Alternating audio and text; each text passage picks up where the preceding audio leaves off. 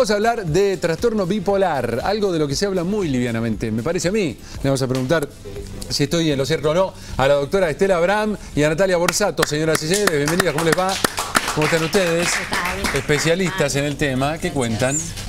Bueno, muy bien. Bueno, ¿qué es la bipolaridad o trastorno bipolar? ¿Cuál es el nombre correcto, en principio? En realidad es trastorno bipolar y es una patología que, digamos, se caracteriza, una patología de causa biológica. Como dice un colega, corre en familias, digamos, tiene un componente hereditario importante. Y la característica de esta patología es las fluctuaciones en el estado de ánimo. En principio, entonces, es biológico, como decía, no tiene que ver con la historia ni con formación, sino que tiene que ver, genético. Exactamente, ¿no? Y tiene un componente hereditario y la característica principal es que ante las situaciones de estrés de la vida, la persona con trastorno bipolar oscila en estados de euforia, de manía y de depresión, ¿no? Son las fluctuaciones del estado de ánimo. Muy bien, esto es, digamos, lo que pasa normalmente, a todos nos pasa esto. Pero no todos tenemos trastorno bipolar. Exactamente, exactamente. Podemos hablar de trastorno bipolar cuando esto genera impacto en la funcionalidad de la persona. Es decir, ese estado de depresión no es lo mismo que una tristeza normal. Esta depresión que genera impacto en lo laboral, en lo social, en lo familiar, hablamos de patología. Quiere decir, en principio, que hay que darle el peso que tiene a las palabras, ¿no? Porque muchas veces decimos, no, estoy deprimido, re deprimido, y la verdad estamos tristes. Seguro, pasa mañana, seguro. ¿no? Reacciones normales, duelos que frente a situaciones, la pérdida de un familiar, incluso los cambios en la edad. Yo siempre en charlas que por ahí planteamos de los cambios de dejar en el adulto mayor, de pasar al estado de anciano, que entra en procesos de jubilación, de pérdidas sociales, de roles, genera duelos y esto genera angustia, pero no estamos hablando de patología. Ahora sí, hablamos de patología cuando esta depresión, esta angustia se instala. El paciente plantea, lleva más de 2 semanas con tristeza, con angustia, con apatía, con pérdida del interés. Y el otro extremo, la manía, la euforia, el estar muy activo, lleno de energía. ¿Y estos cambios son paulatinos, se dan de un momento al otro? Digamos, como para avanzar en el diagnóstico, por ahí hay alguien que está viendo a alguien que se comporta así o lo siente. Y en realidad lo que tenemos en la Argentina, básicamente, y esto se da en distintas partes del mundo, es un retraso de 10 años en el diagnóstico de la patología bipolar. Porque el paciente cuando está en un estado de euforia, de mucha energía, de dormir poco, no consulta. Quien consulta es la familia. Entonces, cuando consulta el paciente es en la depresión, que ahí nos retrasa y nos demora el diagnóstico. Natalia, ¿están trabajando con esto? Sí, nosotros coordinamos acá una fundación que se llama FUBIPA, Fundación de Pacientes Bipolares. Lo que hacemos básicamente es colaborar con el tratamiento médico en grupos de ayuda para pacientes y para familiares. Estamos divididos así en la fundación, nos reunimos todos los segundos y los cuartos sábados de cada mes. Y lo que se hace ahí es acompañar el tratamiento, acompañar el padecimiento del paciente y tratar de entender un poco la enfermedad. Claro. Porque hay distintos grados y, bueno, como familiar que soy, es a veces difícil de comprender y acompañar, ¿no? O sea, lo más importante, el primer paso, digamos, es tratar de lograr un diagnóstico. Exactamente. ¿Se cura? En realidad, a ver, esto de curación es fuerte la pregunta, ¿no?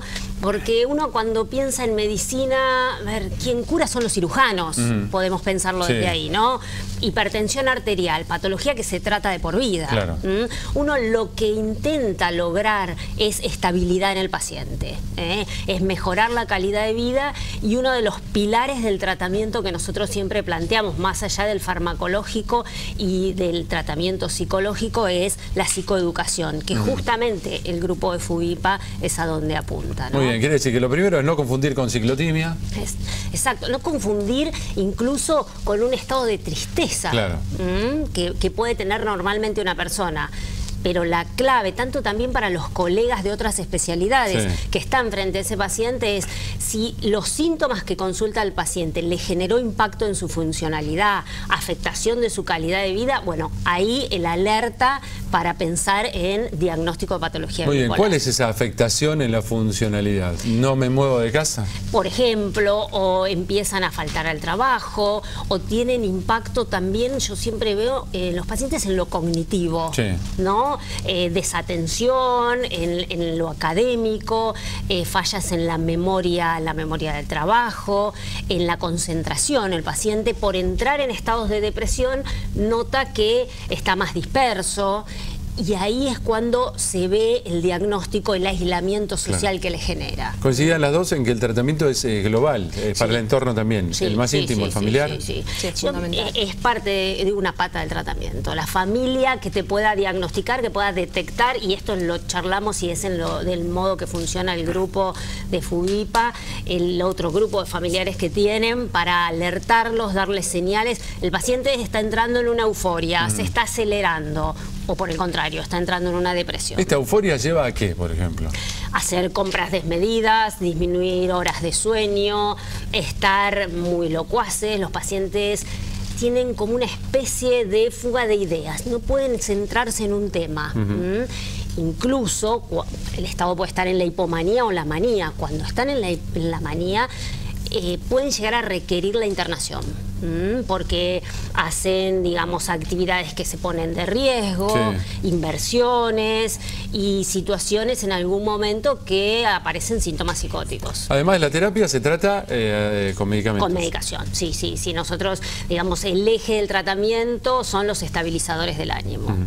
Y en algún momento, si el paciente tiene sintomatología psicótica, se piensa en un antipsicótico, pero básicamente la clave es el estabilizador. ¿Y se puede estabilizar? ¿Se puede lograr una buena calidad de vida? ¿Que alguien vuelva a sus funciones habituales? Esta es una de las enfermedades de salud mental que mejor pronóstico tienen.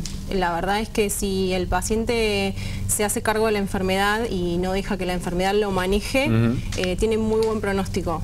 La verdad que puede tener una vida completamente normal, tener su trabajo, su familia, pueden tener hijos, o sea, no es una limitación para nada, siempre y cuando internalicen el diagnóstico, que es lo que tratamos de hacer en la Fundación.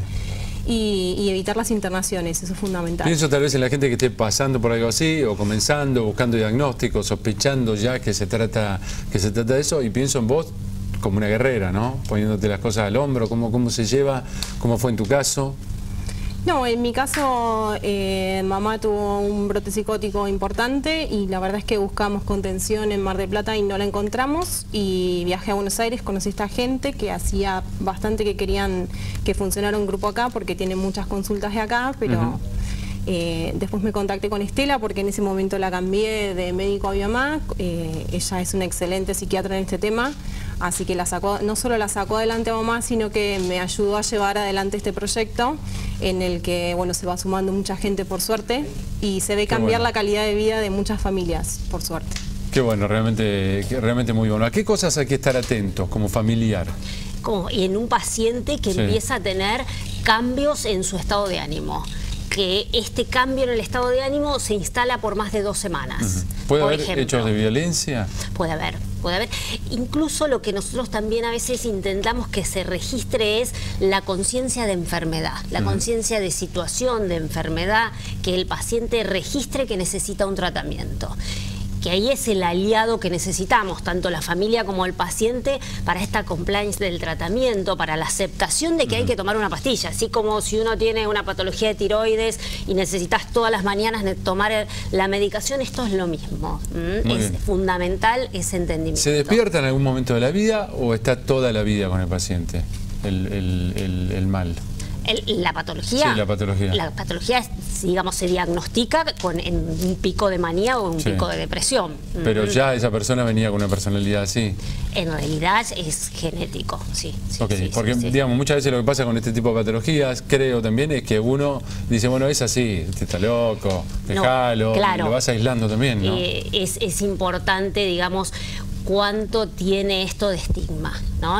Que es para otro capítulo y otro día, ¿no? Pero el estigma de la patología, del trastorno bipolar, cosa que uno en otras patologías no dice, aquel tiene un cáncer o un con la patología del estado de ánimo es así, ¿no? Hay un estigma, una condena social, va al psiquiatra y en realidad porque está loco. Lo que menos vemos es pacientes así. Nosotros lo que apuntamos es a entender que el paciente necesita contención, acompañamiento y que va a tomar una medicación de por vida como cualquier otro paciente. Totalmente, pero ¿se puede volver a ser productivo? Absolutamente. Digamos, esto que decía Natalia es clave. El paciente registrando que toma la medicación, registrando los controles, el cumplimiento del tratamiento, puede tener una excelente calidad de vida. Está buenísimo hablar sobre el tema, porque últimamente, decíamos en la reunión de producción, la palabra bipolar se usa livianamente. Como suele suceder, sirve por ahí para poner en los medios el tema, para que se hable, para que nosotros estemos averiguando, por ejemplo, pero se usa como un insulto, como un chiste, como algo liviano y no lo es para nada. Seguro. Además también esto, ¿no? Uno nota que la cultura de hoy en día genera, digamos, un ritmo y como que va premiando al más rápido, al más grande, al más productivo. Pero estos extremos a lo que lleva esta cultura dura horas, un día, es ocasional. En los pacientes con la bipolaridad esos extremos están en el día a día y ahí es donde necesitan un tratamiento. Muy bien, va a haber una charla en el SEMA el jueves, ¿no? ¿A qué hora? Cuéntenos. Sí. A las 14 horas. A las 14 horas en el SEMA, es gratuito, está apuntado a toda la comunidad, profesionales, familiares, gente en general. La idea es esa, transmitir cómo se llega a un diagnóstico y la calidad de vida que se puede tener, siempre y cuando se hagan las cosas como se deben. El propósito es ese. Bueno, qué bueno que se hayan encontrado y tan joven Nati se la recontrabanca, ¿no? Por supuesto.